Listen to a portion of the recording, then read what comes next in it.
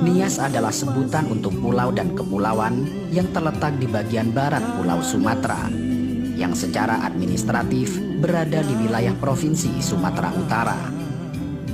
Pulau ini merupakan pulau terbesar di antara gugusan pulau di pantai barat Sumatera yang dihuni oleh mayoritas suku Nias dengan budaya dan tradisinya yang sangat khas. Salah satu tradisi yang paling menonjol dari suku ini adalah tradisi lompat batu atau biasa disebut sebagai hombo batu. Tradisi ini sudah ada sejak zaman leluhur dan dijadikan sebagai ajang untuk menguji mental serta fisik bagi semua pemuda suku Nias.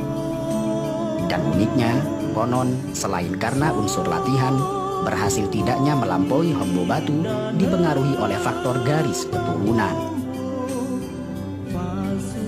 Batu yang dilompati merupakan